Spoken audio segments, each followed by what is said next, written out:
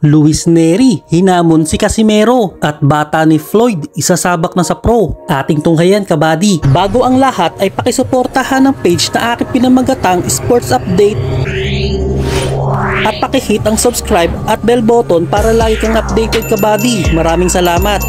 Hinamon nga po ni 2 Division World Champion Luis Nery ang ating warrior na tinaguri ang Cuadro Alas. Wala na pong iba kundi ang ating kasalukuyang pambato na si former 3 Division World Champion John Riel Casimero. Ayon nga po sa post ng El Loco de Boxeo na direkta umanong sinabi ni Luis Nery na nais niyang makaharap sa ibabaw ng lona si Casimero bago po matapos ang taong ito. At kakapasok nga lang po na balita na tinugunan ni Cuadro Alas si Nery sa pamamagitan ng post nito sa social media na isusunod na umano niya ito at atin din pong aabangan kung magagawan ito ng paraan ng kanilang mga promoters. Medyo malabo pa nga po sa sabaw ng pusit na matuloy ang laban nila dahil sa kakagaling lang sa laban ni Nery nitong nakaraang buwan lamang kung saan ay tinalo nga po nito via second round technical knockout ang ating warrior na si Froilan Saludar. At may parating na laban naman po si Casimero nitong darating na bare months kontra kay Yukinori Oguni ng bansang Japan. Samantala, ngayong magdi-18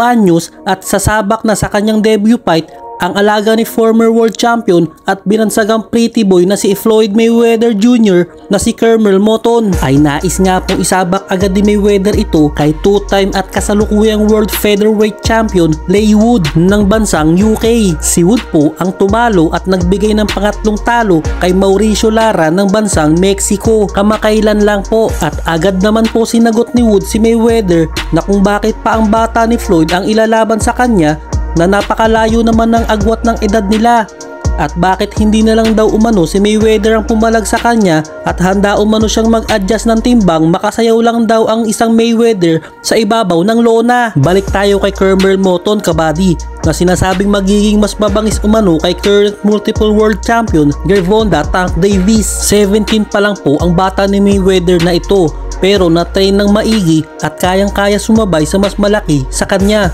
Kasalukuyang lumalaban ng batang warrior na ito sa mga amateur match at binabalak nga po kabady na ipasok na sa professional at ikampanya sa featherweight 126 pounds. Subaybayan natin to kabady.